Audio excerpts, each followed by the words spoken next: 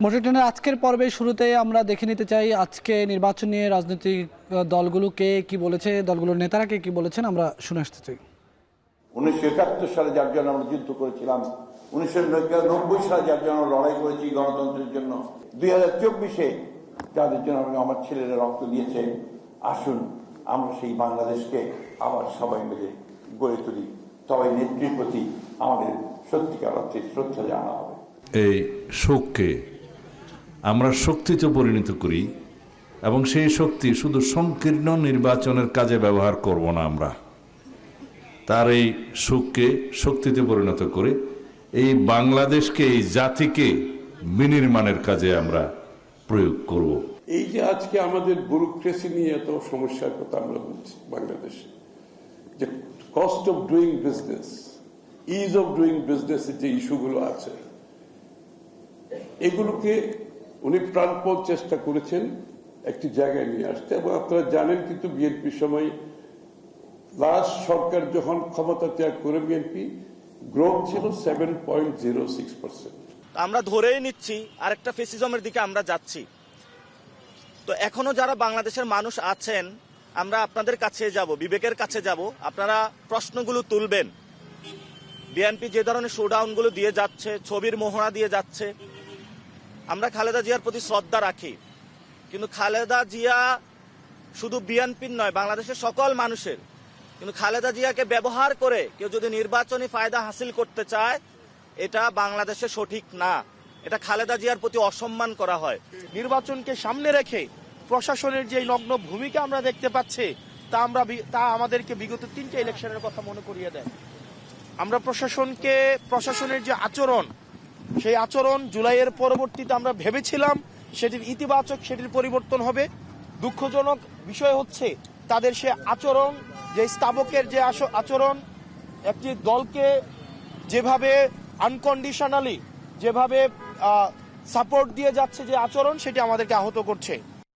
দর্শক, আজকের পর্বে আমরা আলোচনা করব মনোনয়ন নিয়ে আইন প্রয়োগে ইসির দ্বৈত নীতি, এই বিষয়ে আমরা আলোচনা করব। তবে তার আগে একটি প্রতিবেদন দেখে নিতে চাই। এই সংক্রান্ত একটি প্রতিবেদন করেছেন সহকর্মী মুজাহিদ শুভ। গাইবান্ধা 1 আসনে জামায়াতের প্রার্থী মাজেদুর রহমানের মনোনয়নপত্র প্রথমে বাতিল হলেও পরে রিভিউ করে তার প্রার্থিতা বৈধ ঘোষণা করেন রিটার্নিং অফিসার। কিন্তু কক্সবাজার 2 আসনে জামায়াতের আরেক প্রার্থী হামিদুর রহমান আজাদ পুনর্বিবেচনায় আবেদন করলে সেখানকার রিটার্নিং অফিসার জানান, রিভিউ করার কোনো বিধান নেই। যে মামলায় হামিদুর রহমান আজাদের মনোনয়নপত্র বাতিল করা হয়েছে, একই মামলার সাজাপ্রাপ্ত আসামি জামায়াতের আরেক নেতা রফিকুল ইসলাম খানের প্রার্থিতা বৈধ ঘোষণা করেন সিরাজগঞ্জের রিটার্নিং কর্মকর্তা। জামায়াতের আরেক নেতা সেলিম উদ্দিনও ওই মামলার আসামি, কিন্তু সিলেটের রিটার্নিং অফিসার তার মনোনয়নও বৈধ ঘোষণা করেন। অনৈতিক সুবিধার বিনিময়ে স্থানীয় প্রশাসন নির্দিষ্ট প্রার্থীকে সুবিধা দিয়েছে বলে দাবি বাতিল হওয়া প্রার্থীদের। তো ওনারা কাগজ চেয়েছিলেন, বলছে আপনার সব কিছু ভ্যালিড, শুধু ট্রাইব্যুনাল কি কোন দ্বারায় আপনাকে আদেশ দিয়েছিল, রায় দিয়েছিল, আদেশের অর্ডার কপিটা দেন। অর্ডার কপিটা ওনারা ঠিকভাবে পড়লেন না, আমার আইনজীবীকে আর্গুমেন্ট করতেও দিলেন না। দ্বৈত নাগরিকত্ব সংক্রান্ত যে জটিলতায় বাতিল করা হয়েছে কুড়িগ্রাম 3 আসনের জামায়াত প্রার্থী মাহবুবুল আলম সালেহীর মনোনয়নপত্র, ঠিক একই জটিলতা রয়েছে সিলেট 3 আসনের বিএনপির প্রার্থী যুক্তরাজ্য বিএনপির সভাপতি এম.এ. মালিকের হলফনামায়। কিন্তু তার মনোনয়ন বাতিল না করে আপাতত স্থগিত রেখেছেন রিটার্নিং অফিসার। একই জটিলতায় বিএনপির আরেক প্রার্থী এম কয়সারের মনোনয়ন বৈধ ঘোষণা করা হলেও শেরপুর 2 আসনের ধানের শীষের প্রার্থী ফাহিম চৌধুরীর মনোনয়নপত্র বাতিল করা হয়েছে। এক দেশে 2 আইন, এটা তো একদম এক্সপেক্ট করার মতো না। আমাদের কাছে লেগেছে যে আমাদের যে রিটার্নিং কর্মকর্তা, ইনি খুবই বায়াসড এবং উনি আইনের যে সঠিক প্রয়োগ এবং ওনার যে নিরপেক্ষতার একটা জায়গা ছিল, এই জায়গাটার সাথে উনি সদ্ব্যবহার করতে পারেন না। স্বতন্ত্র প্রার্থীর ক্ষেত্রে 1% ভোটারের স্বাক্ষর দিতে হয়। সেখান থেকে তারা 10 জনের তথ্য ভেরিফাই করতে গিয়েছেন, কিন্তু এই 10 জনের মধ্যে 2 জনের ক্ষেত্রে তারা দেখেছেন তারা ঢাকা 9-এর ভোটার না, এবং এই 2 জনেরই জানার কোনো উপায় ছিল না তারা ঢাকা 9-এর ভোটার না। অন্যদিকে যাচাই বাছাইয়ে নাগরিক ঐক্যের সভাপতি মাহমুদুর রহমান মান্না বগুড়া 2 আসনে আটকে গেলেও একই কাগজ দেখিয়ে ঢাকা 18 আসন থেকে তার মনোনয়নপত্র বৈধতা পায়। একই দেশের নির্বাচন কমিশনের আইন প্রয়োগে দ্বৈত নীতির এই উদাহরণ ভোটের মাঠের সামঞ্জস্য নষ্ট করছে বলে অভিযোগ তুলেছেন অনেকেই। বিশেষ করে নির্বাচনের লেভেল প্লেইং ফিল্ড নিশ্চিত করার প্রথম ধাপেই ইসির নিরপেক্ষতা প্রশ্নবিদ্ধ হয়েছে এমন মত বিশ্লেষকদের। এই সংক্রান্ত যে পরিপত্র আছে তার মধ্যে পরিষ্কার করে বলা আছে যে ছোটোখাটো কারণে মনোনয়নপত্র বাতিল করা যায় না। যারা এটা যাচাই বাছাই করছেন তাদের এন্ডে এক ধরনের গ্যাপ আছে, তারা এই মেসেজটা ঠিকমতো নিতে পারেন নাই, বুঝতে পারেন নাই, বা কিছু একটা হবে। নির্বাচন বিশ্লেষকদের প্রশ্ন, রিটার্নিং অফিসারদের এই দ্বিমুখী আচরণে প্রার্থীদের ভাবমূর্তিতে আঘাত এসেছে, তার দায় কে নেবে? দলের বাইরে গিয়ে যত পপুলারই হোক কেউ যাতে স্বতন্ত্র নির্বাচন করতে না পারে। সুতরাং এটা এক ধরনের আইনি ইঞ্জিনিয়ারিং সিস্টেম। আমার কাছে মনে হয় অনেক হেভিওয়েটও বাদ পড়ছে স্বতন্ত্র প্রার্থী হিসাবে, এবং অন্য দলেরও অনেক লোক বাদ পড়ছে। এটা এক ধরনের ইঞ্জিনিয়ারিং। বিষয়টাকে সহজ করবেন, সিম্পল করবেন। আমি একটা ছোট্ট দল, আমার 1000 লোকের স্বাক্ষর বা 2000 লোকের স্বাক্ষর আনছি, এই ভোটারগুলার কিন্তু প্রাইভেসি ওপেন হয়ে যাচ্ছে। বড় দল তাদেরকে আইডেন্টিফাই করতে পারে। আপনি তো ভোটারের প্রাইভেসি অ্যান্ড সিক্রেসি রাখতেছেন না। এখন পর্যন্ত সারা দেশে 723 জন প্রার্থীর মনোনয়নপত্র বাতিল হয়েছে, বৈধতা পেয়েছে 1842 জনের। তবে আপিলে গিয়ে সংক্ষুব্ধ প্রার্থীরা যদি যৌক্তিকভাবে তাদের প্রার্থিতা ফেরত পান, তবেই ইসির নিরপেক্ষতা পুনরায় প্রতিষ্ঠিত হবে বলে মনে করেন তারা। মুজাহিদ শুভ, এখন, ঢাকা। দর্শক, এই পর্যায়ে নিচ্ছি ছোট্ট একটি বিরতির পর ফিরে এসে আমরা যুক্ত হব আমাদের আজকের নিয়মিত আলোচনায়।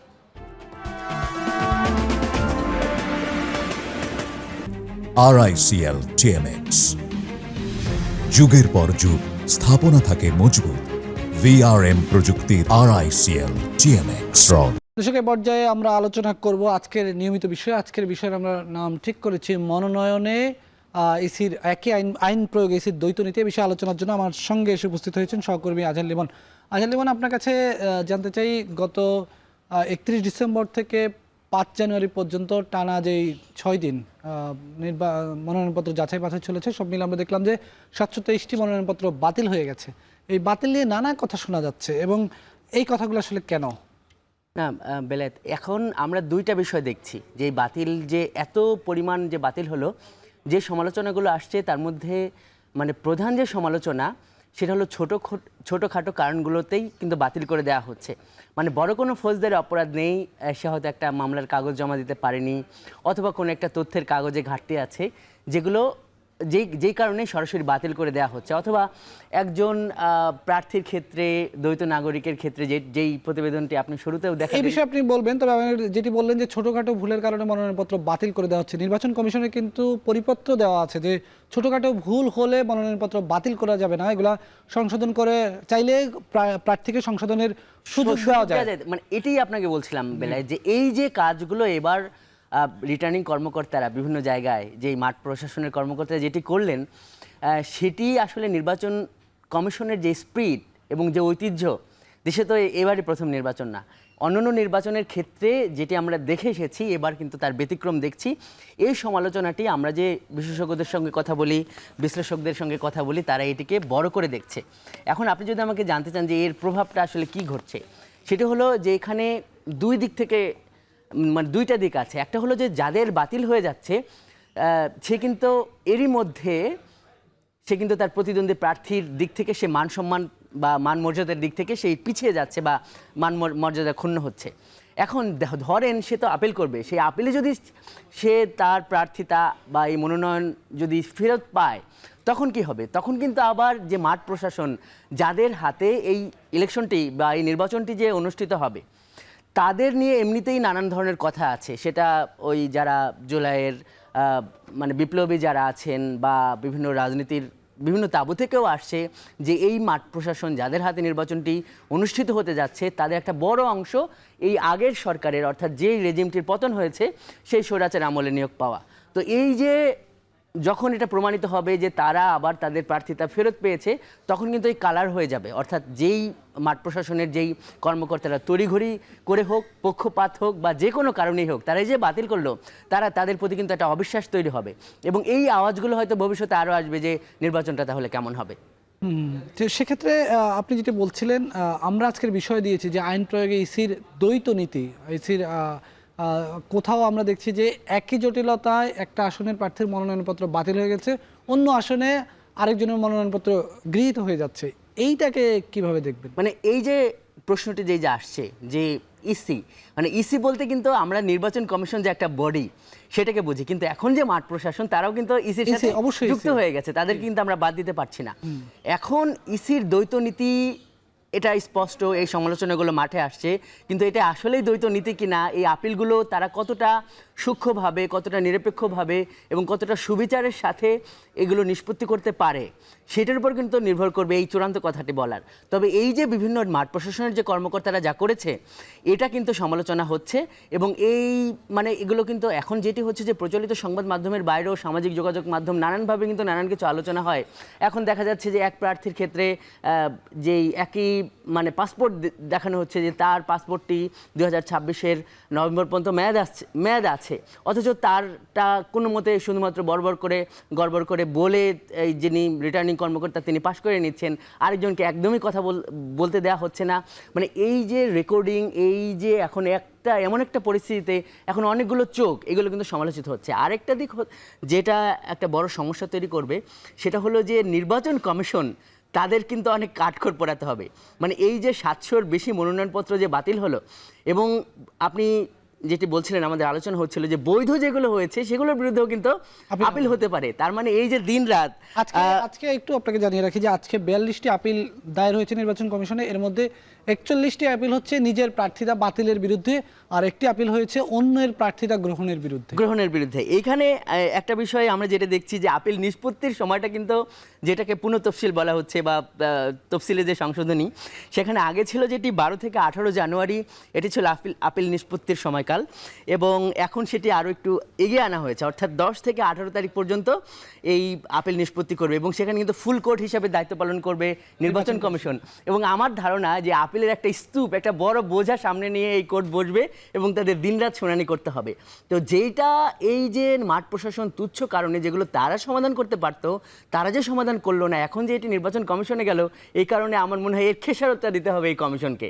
আসলে একটি বিষয় আমরা লক্ষ্য করেছি, এটি যে একেবারে স্পষ্টই জামাতের বেশি প্রার্থিতা বাতিল হয়েছে বিএনপির তুলনায়, কিন্তু আবার অনেক ক্ষেত্রে আমরা দেখছি যে জামাতের প্রার্থীদের ক্ষেত্রে কোনো আসনে জামাতের প্রার্থীকে একই কারণে বাতিল করা হচ্ছে, আবার আরেক আসনে জামাতের প্রার্থীকে ওই কারণে বৈধ করে দেওয়া হচ্ছে।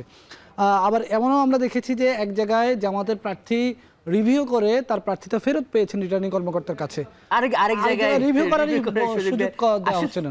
আসলে জামাতের পক্ষ থেকে, জামাতের যারা প্রতিনিধি, জামাতের যারা এই লড়বেন তাদের পক্ষ থেকে একজন তো একটু ডাক সাইডে জামাতের বড় নেতা, ওনাকে এখানে উল্লেখ করা যায় যে হামিদুর রহমান আজাদ, উনি কিন্তু মানে একদম মানে যেটি বলা যায় যে যেটি অনাকাঙ্ক্ষিত, আসলে নির্বাচনটি হবে লেভেল প্লেয়িং ফিল্ডের কথা, মানে এই যে অভিযোগ এটি সত্য কিনা মিথ্যা এটা আপিলে হয়তো দেখা যাবে।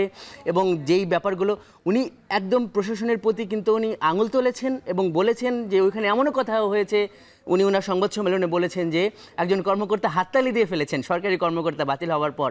তো এই অভিযোগগুলো, এগুলোকে আমরা আপাতত অভিযোগ হিসেবেই নিচ্ছি, কিন্তু এই যে অভিযোগগুলো আসছে এটি কিন্তু নির্বাচনের মাঠের জন্য যে সমতল মাঠ, যেটি প্রত্যেকটা পক্ষ বলে এই নির্বাচনের যারা অংশগ্রহণকারী বা অংশীজন আছে, সেই জায়গায় কিন্তু একটা বড় ব্যত্যয়। তবে এখানে আরেকটা ব্যাখ্যা আমরা যেটি বিশ্লেষকদের কাছ থেকে শুনেছি, যেমন ধরুন যে মাহমুদুর রহমান মান্না, ওনার বগুড়া 2 থেকে বাতিল হয়েছে, আবার ঢাকা 18 থেকে ওই বৈধ হয়েছে। তো এখানে আবার কিছু সমস্যা থাকতে পারে যে একাধিক আসনের ক্ষেত্রে হয়তো একটা আসনে উনি ঠিকঠাক কাগজপত্র জমা দিয়েছেন, আরেকটা আসনে দেননি। জি, যেটি আপনি বললেন যে এই যে হাততালি দেওয়ার ঘটনা, প্রশাসনের এখন তো যেটি বলছিলেন যে সাধারণত রিটার্নিং কর্মকর্তার দায়িত্ব পালন করে থাকেন, আমরা এবার হয়তো অনেকের প্রত্যাশা ছিল যে এবার হয়তো নির্বাচন কমিশন ইসির নিজস্ব কর্মকর্তাদেরকে দিয়ে রিটার্নিং অফিসার নিয়োগ করবে, কিন্তু সেটাও আসলে খুব মোটা দাগে হয় না। আমরা যতদূর জানি 2-1 জায়গায় নির্বাচন কমিশন রিটার্নিং অফিসার তার নিজস্ব জনবল দিয়ে করেছে, কিন্তু 66টি রিটার্নিং কর্মকর্তার কার্যালয়ে 64 জনই ধরা যায় যে মাঠ প্রশাসনের কর্মকর্তা, 2 জায়গায় বিভাগীয় কমিশনার এবং বাকিগুলো হচ্ছে যারা জেলা প্রশাসক। তারা সাধারণত তাদের তো নির্বাচনের যে আইন কানুন, মনোনয়নপত্র বাতিল, গ্রহণ, নির্বাচন পরিচালনা যে বিধিমালা আছে, এই বিধিমালার সঙ্গে তো প্র্যাকটিসের মধ্যে বা চর্চার মধ্যে থাকে কিন্তু নির্বাচন কমিশনের নিজস্ব জনবলরা, যারা সার্বক্ষণিক সারা বছর যারা নির্বাচন নিয়ে কাজ করেন। কিন্তু এই যে যারা অল্প কয়েকদিনের জন্য নির্বাচন পরিচালনা করতে আসেন, তারা তো অনেক সময় আসলে এই আইন কানুনগুলো ঠিকভাবে জানেনও না। এখানে বেলায় আমি বলবো যে 2টা দিক, একটা হলো আইন জানা, আরেকটা হলো আপনি যে কথাটা বলছেন যে মাঠ প্রশাসনের দায়িত্ব পালন করা। এখন মাঠ প্রশাসনে সারা বছর কারা দায়িত্ব পালন করে? মাঠ প্রশাসনে কিন্তু দায়িত্ব পালন করছেন জেলা প্রশাসক এবং উপজেলার কিন্তু উপজেলা নির্বাহী অফিসার। যে কারণে কিন্তু এটা এখানে দুইটা দিক। এখানে সমাধানটা হলো হ্যাঁ, এটা ভালো হতো যদি নির্বাচন কমিশনের পক্ষ থেকে এই 64টি জেলা বা একদম আরও যদি নিচে পর্যায়ে নির্বাচন রিটার্নিং কর্মকর্তা বা সহকারী রিটার্নিং কর্মকর্তা যাদের হাতে নির্বাচনটি অনুষ্ঠিত হয় এটি করতে পারলে, কিন্তু সেটি একটা অনেক বড় ধরনের সময় সাপেক্ষ কিন্তু ব্যাপার এবং এখানে একটা বড় ধরনের নিয়োগের ব্যাপার আছে। এবং যেহেতু এই মাঠ প্রশাসনের এই রেওয়াজটি চলে আসছে, সেইখানে এই মাঠ প্রশাসনেরই কিন্তু আসলে মাঠটা চেনা আছে। আইন তো আপনার সেখানেই প্রয়োগ করতে হবে যেই মাঠটা আপনার চেনা বা সহজ হয় সেই ক্ষেত্রে। তো সেই জায়গায় আমি মনে করি যে একটাই উপায়, এই মাঠ প্রশাসনের একটাই গণঅভ্যুত্থান পরবর্তী নির্বাচন এবং সবারই খুব আকাঙ্ক্ষিত নির্বাচন। বলা হয় এই দেশের মানুষ একটা দীর্ঘ সময় ধরে ভোট দিতে পারেনি, নিরপেক্ষ থাকা এবং লেভেল প্লেইং ফিল্ড নিশ্চিত করা, মানে এটির আসলে আমি বিকল্প দেখি না বেলায়েত। আরেকটা বিষয় যেটি দেখছিলাম যে আসলে এটি আমরা যদি একটু তথ্য যাচাই বাছাই করে দেখি, এটা সম্ভবত ইতিহাসের একটা অন্যতম একটি রেকর্ডও বলা যায় যে আপনার 2564টা সম্ভবত 2600-র কাছাকাছি মনোনয়নপত্র জমা পড়েছে। যদিও 3000-এর বেশি মনোনয়নপত্র উত্তোলন হয়েছে, জমা পড়েছে 2600-র মতো মনোনয়নপত্র। এর মধ্যে 723টা মনোনয়নপত্র মানে 4 ভাগের 1 ভাগ বাতিল হয়েছে। 4 ভাগের 1 ভাগেরও বেশি, কিন্তু 1 ভাগেরও বেশি, হ্যাঁ সঠিক। এটি আসলে অনেকটা নির্বাচনের মাঠকে সামঞ্জস্যহীন করে দিচ্ছে কিনা, যে এত পরিমাণ মানুষের মনোনয়ন, যখন আমরা একটা অংশগ্রহণমূলক নির্বাচনের কথা বলছিলাম, স্বাভাবিকভাবে এই নির্বাচনে অন্তর্ভুক্তিমূলক নির্বাচনের যেই টার্মটি সেটি ব্যবহার করা হচ্ছে না, অংশগ্রহণমূলক নির্বাচন। হ্যাঁ, তাহলে অংশগ্রহণমূলক কথাটার সাথে কিন্তু এই যেই চিত্রটি আমরা দেখছি, যে উপাত্তটি আমাদের হাতে আছে, এটি কিন্তু যাচ্ছে না, এটি কিন্তু বিপরীত।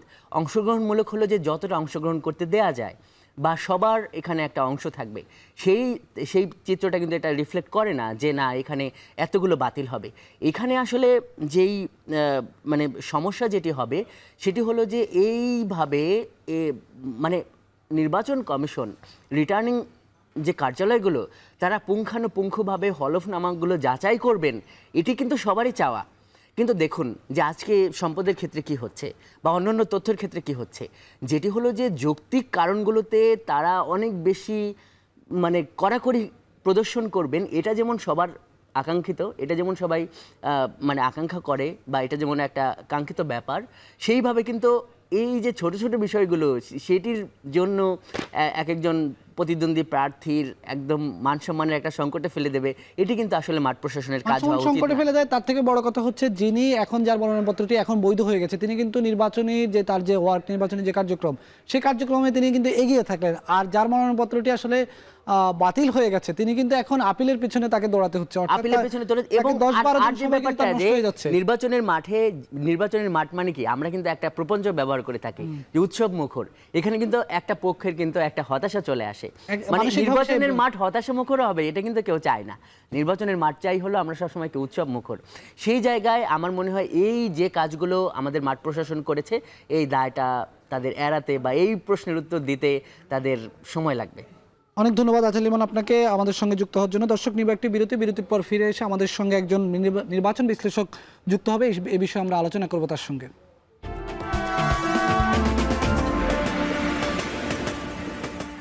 আলোচনা করছিলাম আইন প্রয়োগে ইসির দ্বৈত নিয়োগ নিয়ে। আমাদের সঙ্গে আছেন সহকর্মী আজহার লিমন। আজহার লিমন, এই যে আমরা নির্বাচনে সমতল মাঠ বা লেভেল প্লেইং ফিল্ড যাই বলি না কেন, এই লেভেল প্লেইং ফিল্ড আর মনোনয়নপত্র যাচাই বাছাই এর সঙ্গে আসলে সম্পর্কটা কি? মনোনয়ন যাচাই বাছাইয়ের ক্ষেত্রে মানে লেভেল প্লেইং ফিল্ডের ব্যাপারটা তো অভিযোগ আকার এখন আসছে যে একদল বলছে যে অন্য তার প্রতিদ্বন্দ্বী প্রার্থীর যতটা সহজে ছেড়ে দেওয়া হচ্ছে বৈধ ঘোষণার ক্ষেত্রে, তাদেরকে ততটা আটকে দেওয়া হচ্ছে। তো এখানে এই হিসেবে তো মানে এই অভিযোগটা আসছে যে সমতল মাঠ আসলে তৈরি হয়নি। কিন্তু সমতল মাঠ এটি মানে নির্বাচন কমিশনের ক্ষেত্রে যেমন এটি একটি ব্যাপার, সেই জায়গায় প্রচারণা বা অন্যান্য যে জিনিসগুলো যেটি প্রচারণা যে সামনে শুরু হবে এই আর হয়তো 10-12 দিন পরে, তখন মানে এই লেভেল প্লেইং ফিল্ডের ব্যাপারটা বেশি আসে। তবে নিঃসন্দেহে এই যে নির্বাচন কমিশন তাদের দৃষ্টিতে তো সবাই সমান, এই লেভেল প্লেইং ফিল্ডের মানে যেটাকে বলে উদাহরণ তৈরি করার জন্য এই প্রক্রিয়াগুলো কিন্তু গুরুত্বপূর্ণ এবং এই প্রক্রিয়া বা এই শুরুর ধাপে নির্বাচন কমিশন যে প্রশ্নবিদ্ধ হয়েছে সেটি কিন্তু সবাই বলছে। যেটি বলছিলেন আপনি যে আসলে নির্বাচন কমিশন তফসিল ঘোষণার পরেই মূলত নির্বাচন কমিশনের নির্বাচনের যে আনুষ্ঠানিক দায়িত্ব পালন সেটি কিন্তু শুরু হয়ে যায় এবং এটার প্রথম ধাপেই তফসিল ঘোষণার পর প্রথম ধাপে যে আচরণবিধি প্রতিপালনের বিষয় থাকে সেখানেও নির্বাচন কমিশন কতটা গুরুত্বপূর্ণ ভূমিকা পালন করতে পারছে, কতটা নিরপেক্ষ ভূমিকা পালন করতে পারছে সেই বিষয়গুলো অনেকটা নির্ভর করবে। তারপরেই কিন্তু আসলে মনোনয়নপত্র যাচাই বাছাই এই বিষয়গুলো চলে আসে। এখন এই দুটা বিষয়ে আমরা দেখেছি নির্বাচন কমিশন বরাবরই নানা ধরনের হোঁচট খেয়েছেই বলা যায় এক ধরনের। এটিকে এখন অতিক্রম করার জন্য নির্বাচনের মাঠে কমিশন সামনে আর কি পদক্ষেপ নিলে এই যে অবিশ্বাস বা এই যে সন্দেহ নির্বাচন কমিশনের প্রতি তৈরি হয়েছে সেটা কাটিয়ে উঠতে পারবে?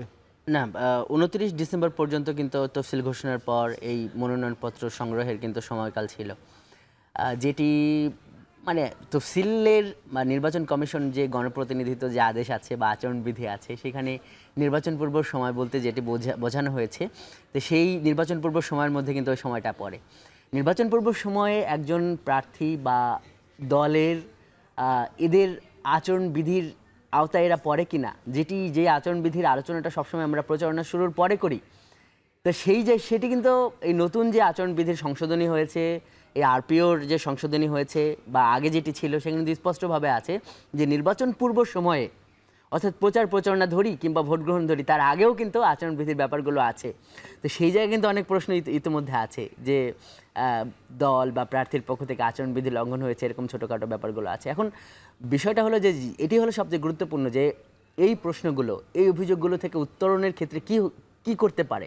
এখানে সব থেকে বড় ভূমিকা পালন করতে হবে নির্বাচন কমিশনকে। নির্বাচন কমিশনকে হতে হবে নির্মোহ এই অর্থে যে কেউ অভিযোগ করলেই তো সেটা সত্য নয়, আবার যদি কোনো অভিযোগ থাকে সেটার একটা সমাধান করতে হবে। তো এই জায়গাতে নির্বাচন কমিশন এখন থেকে যেই জায়গা থেকে যেই অভিযোগগুলো আছে সেগুলো কিন্তু সমাধান করতে হবে। বিশেষ করে একটা ব্যাপার আসছে যে বিশেষ করে কর্মকর্তাদের যে পক্ষপাতিত্ব, এটা যদি সত্যি কোনো প্রমাণ নির্বাচন কমিশনের কাছে মনে হয় যে অভিযোগগুলো আসে সেগুলো তো খতিয়ে দেখতেই হবে। এখনই কিন্তু একটা উপযুক্ত সময় যে ওই সমস্ত কর্মকর্তার একটা রদবদল বা তাদের আসলে শোধরানো বা সংশোধনের ব্যাপারে কিন্তু উদ্যোগ নিতে হবে কমিশনকে। এবং আরেকটি যে বিষয়টা যেটা সবসময় আসে যে নির্বাচনের মাঠে কমিশনের ভূমিকা, যেই সমালোচনাটা বিভিন্ন পক্ষ থেকে আসছে যে এখানে একমি বডি বা শীর্ষ যে কাঠামোটা সেটা তো এই যে আমাদের নির্বাচন কমিশন, যারা কমিশনার আছেন বা প্রধান নির্বাচন কমিশন, তাদের একটা ভূমিকা সেটা হলো যে মোরালগত দিক থেকে কিংবা মাঠের একটা নিয়ন্ত্রণ নিয়ে নেওয়ার ক্ষেত্রে সেই জায়গায় তারা যে সঠিক ভূমিকায় বা একটা কার্যকরী ভূমিকায় নেই, হ্যাঁ, সেই সমালোচনাটা কিন্তু এখনো আসছে। ধন্যবাদ আজল ইমন আমাদের সঙ্গে যুক্ত থাকার জন্য। আমরা আরেকটি বিরতি নিচ্ছি, বিরতির পর ফিরে এসে আমরা আবার এই বিষয়ে আলোচনা করব।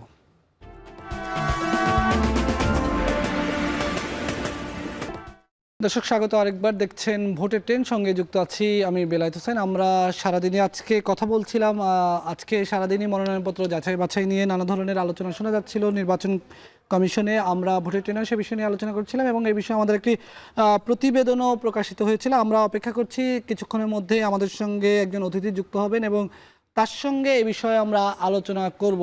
সব মিলিয়ে সারা দেশে 2500-র বেশি মনোনয়নপত্র দাখিল হয়েছে, এর মধ্যে 723টির মতো মনোনয়নপত্র বাতিল হয়ে গেছে। এই 723টি মনোনয়নপত্র বাতিলের বিরুদ্ধে এরই মধ্যে আজকে থেকে নির্বাচন কমিশনে আপিল দায়ের কিন্তু শুরু হয়ে গেছে। আমরা দেখেছি আজকে 41 জন প্রার্থী নির্বাচন কমিশনে সংক্ষুব্ধ প্রার্থী এসে তাদের মনোনয়নপত্র বাতিলের বিরুদ্ধে আপিল করেছেন এবং একজন তার প্রতিদ্বন্দ্বী প্রার্থীর মনোনয়নপত্র গ্রহণের বিরুদ্ধে আপিল করেছেন। এই আপিল দায়ের কার্যক্রম চলতেই থাকবে আগামী 10 জানুয়ারি পর্যন্ত। 10 জানুয়ারি থেকে নির্বাচন কমিশন আপিল শুনানি শুরু করবে। 18 জানুয়ারি পর্যন্ত নির্বাচন কমিশনের আপিল শুনানি চলতে থাকবে। আপিল শুনানিতে নির্বাচন কমিশনের প্রধান নির্বাচন কমিশনের নেতৃত্বে সে আপিল কোর্টটি বসবে। সেখানে অন্য 4 জন নির্বাচন কমিশনার উপস্থিত থাকবেন এবং সংক্ষুব্ধ প্রার্থীরা তাদের যে কারণে মনোনয়নপত্র বাতিল হয়েছে সেই বাতিলের বিরুদ্ধে তাদের যে যুক্তিগুলো আছে সেই যুক্তিগুলো তারা তুলে ধরবেন। নির্বাচন কমিশন যদি মনে করে দেয় তাদের যুক্তি বা তারা যেই আলোচনা করছেন সেই আলোচনাটা যৌক্তিক, তাহলেই নির্বাচন কমিশন হয়তো তার প্রার্থিতা ফেরত দেবেন। এখন পর্যন্ত যে আলোচনাটি রয়েছে যে নির্বাচন কমিশন যদি তার প্রার্থিতা যেভাবে মনোনয়নপত্র বাতিল হয়েছে যদি কমিশন আপিল কোর্টে গিয়ে তাদের সঙ্গে যৌক্তিক আচরণ করে, তারা যদি আপিলে ন্যায় বিচার ফিরে পায়, তাহলেই নির্বাচন কমিশনের রিটার্নিং কর্মকর্তাদের এই যে কার্যক্রম, এই কার্যক্রম নিয়ে যে সন্দেহ অভিযোগ উঠেছে সেই সন্দেহ অভিযোগ কাটতে শুরু করবে। তো এই বিষয়ে আমরা আলোচনা করব। আলোচনার জন্য আমাদের সঙ্গে এসে উপস্থিত হয়েছেন নির্বাচন বিশ্লেষক অধ্যাপক ডক্টর ওয়ারেসুল করিম। আপনাকে স্বাগত জানাচ্ছি আমাদের আজকের আলোচনায়। আমরা একেবারে শেষ পর্যায়ে চলে এসেছি। শুধু আপনার কাছে একটু জানতে চাই যে এই যে সারা দেশে যে পরিমাণ মনোনয়নপত্র বাতিল হয়েছে, এই বাতিলের কারণ হিসেবে আমরা যেটি দেখছি যে কোনো জায়গায় একই কারণে কারো মনোনয়নপত্র বাতিল হয়েছে, আবার এই কারণটি থাকা সত্ত্বেও অন্য আরেকজনের মনোনয়নপত্র গৃহীত হয়ে যাচ্ছে। এই যে দ্বৈত প্রয়োগ আইনের দ্বৈত নীতি, এটাকে কিভাবে দেখছেন আপনি? ধন্যবাদ।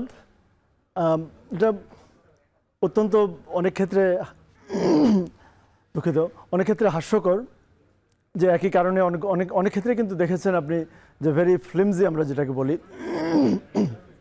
সরি, যে খুবই তুচ্ছ কারণে বাতিল হওয়া, আর যে কারণে বাতিল হোক এ ব্যাপারে কনসিস্টেন্সি মানে একই ধরনের, যেমন 64টা জেলায় 64 রিটার্নিং অফিসারের একই পলিসি ফলো করার কথা ছিল। আমরা দেখেছি আজকে বিভিন্ন পত্রপত্রিকা উঠেছে যে একই প্রার্থী, ধরুন বগুড়ায় ওনার মনোনয়নপত্র গৃহীত হয় নাই, ঢাকায় হয়েছে বা আদার ওয়ে অ্যারাউন্ড, এবং অনেকে মনে করছেন যে এখনও আমরা সন্দেহ করতে চাই না যে প্রশাসন এ ব্যাপারে কারো দ্বারা ইনফ্লুয়েন্সড, কিন্তু ডেফিনেটলি এটা একটা অযোগ্যতা যে নির্বাচন পরিচালনায় নির্বাচন কমিশনের যে প্রস্তুতি থাকার কথা ছিল, রিটার্নিং অফিসারদের কাছে নিয়ম নীতি যেভাবে ওনাদের বিধৃত করার প্রয়োজন ছিল, তাদেরকে ট্রেন আপ করার প্রয়োজন ছিল, সেটা করা হয়নি। এবং কয়েকশত, প্রায় 700-র মতো মনোনয়ন বাতিল হয়েছে। হয়তো এর মধ্যে অনেকগুলো অ্যাপিলে হয়তো আবার গৃহীত হবে, কিন্তু এটা মানে কথা ছিল যে শতাব্দীর সবচেয়ে শ্রেষ্ঠ নির্বাচন হওয়া, সেক্ষেত্রে এটা অবশ্যই একটা হতাশা জন্ম দিয়েছে আমার মনে হয়।